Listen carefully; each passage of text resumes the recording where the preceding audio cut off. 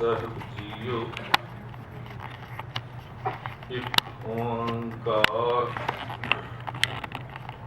ਸਤਿਨਾਮ ਕਰਤਾ ਪੁਰਖ ਨਿਰਭਉ ਨਿਰਵੈਰ ਅਕਾਲ ਮੂਰਤ ਅਜੂਨੀ ਸਹਿਬ ਗੁਰ ਪ੍ਰਸਾਦ।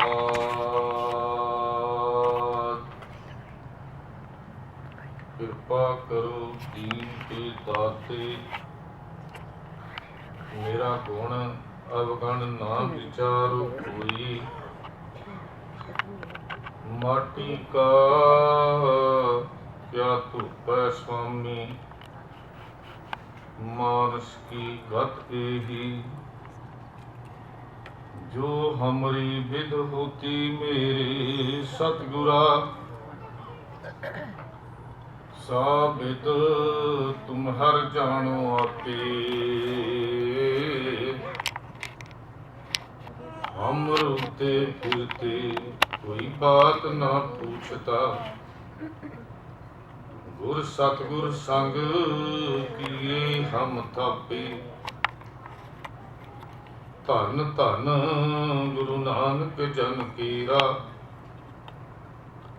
जित मिले चूके सब सोग संतापे। धन धन गुरु नानक जन केरा, जित मिले चूके सब सोग संतापे। परम सन्मानयोग शब्द सतगुरु धन धन साहिब श्री गुरु ग्रंथ साहिब महाराज जी की पावन हजूरी में जुड़ बैठे गुरु सवारे सतसंगियों, साहिबान की बख्शिश की हुई फतेह प्रवान करो। वाहिगुरु जी का खालसा, वाहिगुरु जी की फतेह। सतगुरु जी ने रहमत की है, उदम बख्शिश किया है। असी गुरु महाराज जी के पावन चरणों में आके जुड़े हाँ। गुरबाणी कीर्तन आप जी ने भाई साहब भाई मनजीत सिंह जी पासों सरवण किया है। आप जी ने जो शब्द सरवण किए हैं, भाई मनी सिंह जी की शहादत के संबंध में आप जी के नाल उन्होंने सांझ पाई है।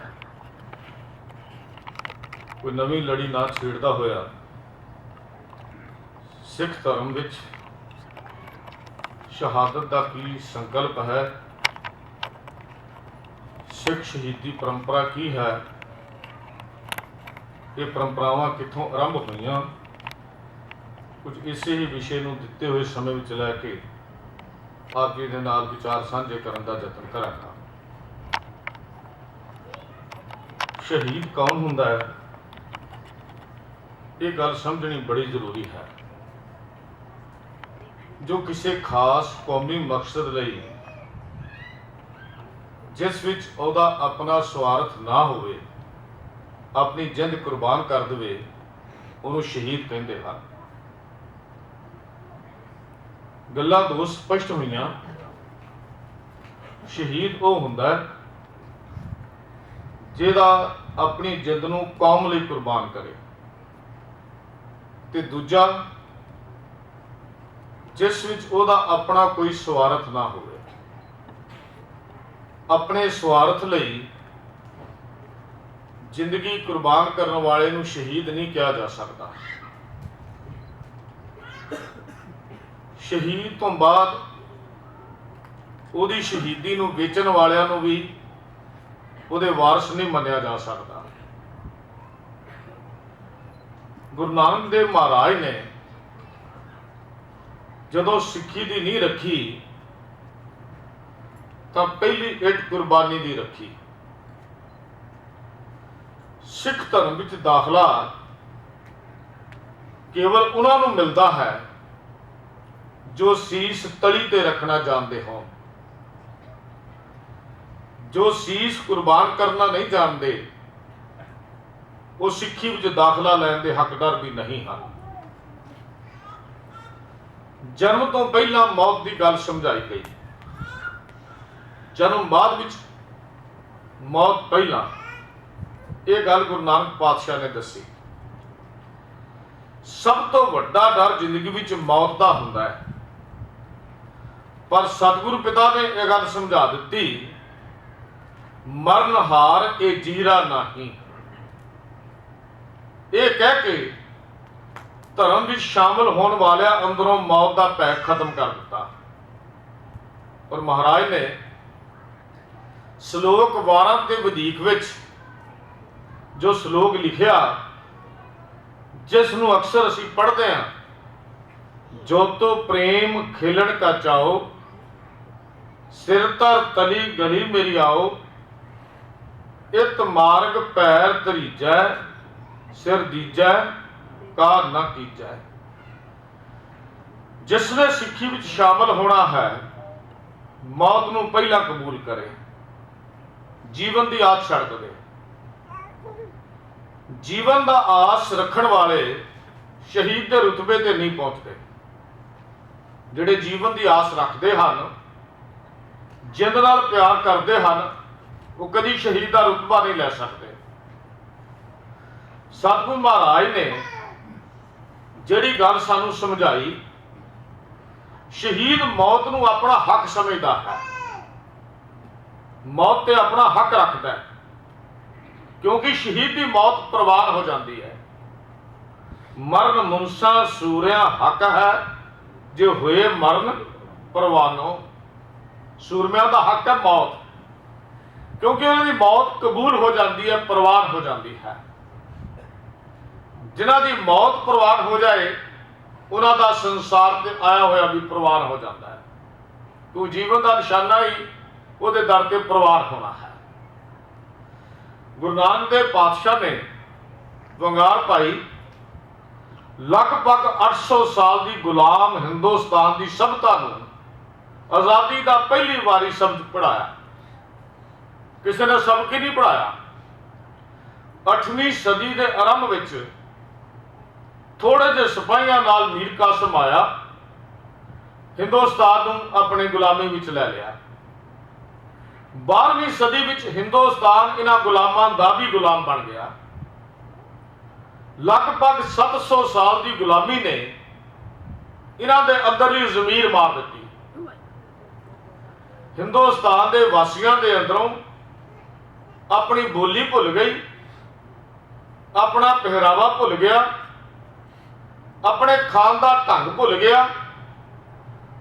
इत्थों की बहु गिनती जिन्हां दा राज भाग सी, उन्हां दी गुलामी नूं प्रवान कर लिया। गुरु महाराज ने सतगुर ने वंगार पाई, और इस गुलामी का जिक्र पातशाह ने आप किया। जिथों तक खान की गुलामी सी, भाखिया का कुत्था बकरा खाना, महाराज ने यह गुलामी की गल की। जिथों तक पहनने की गुलामी सी, नील वस्त्र पहन होवे प्रवान, उस रंग के कपड़े पाने जेड़े रंग की हुकूमत नूं प्रवान सी।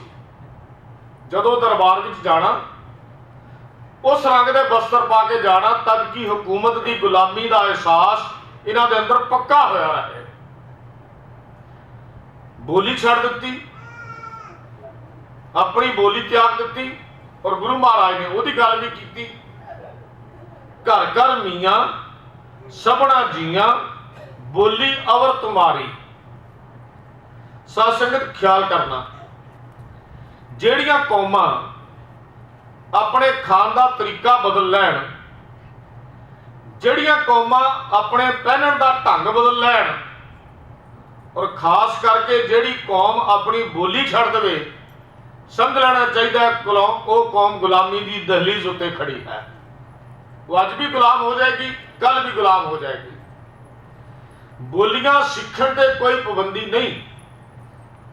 प्रिंसीपल सतवीर सिंह जी अपनी पुस्तक में एक रैफरेंस देंदे हैं, 9 साल की उम्र तक कलगीधर पातशाह गुरु गोबिंद सिंह जी 62 बोलियां के मार हो गए सन। 62 भाषावां उन्होंने सीख लिया। बोली सीखनी माड़ी गल नहीं, पर अपनी बोली नूं त्याग देना यह सब तो माड़ी गल होंदी है।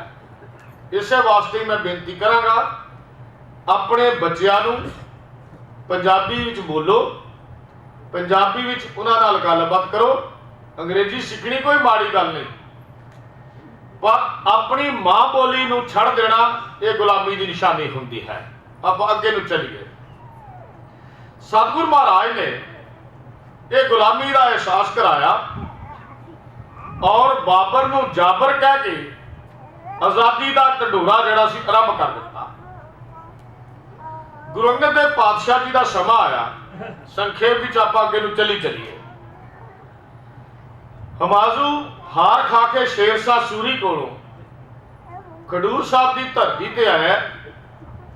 मन विच ख्याल आया की होया, हार के आया हाँ, है तो बादशाह, जदों फकीरां दे कोल जावांगा मेरा स्वागत तो बादशाह वाला होगा।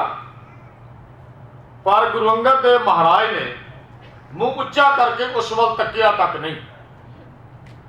हमाजू ने तलवार कढ़ी तो सतगुरु गुरु अंगद देव महाराज मुस्कुरा पे कह लगे, हमाजू तलवार फकीरां ते नहीं चुकी दी। उदों किथे सन जदों जंग के मैदान विच इस तलवार तो हार खा के आ गया है। गुरु अमरदास महाराज ने एक संदेश दिता, सिख गऊ मुख होए रहे पर बनया वे तो थोड़िया बहुतियां की परवाह ना करे।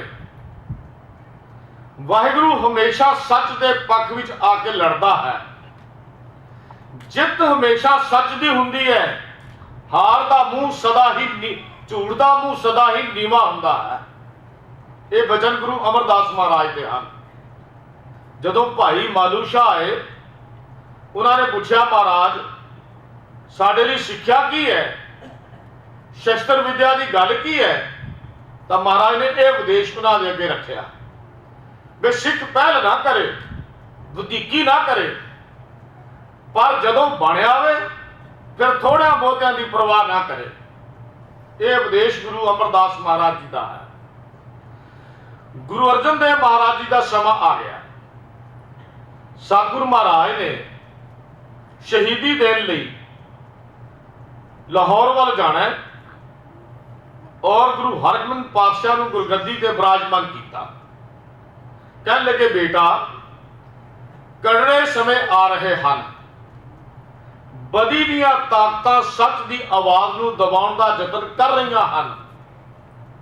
गुरु नानक दा घर हमेशा ही सच की आवाज नूं बुलंद करता रहा है।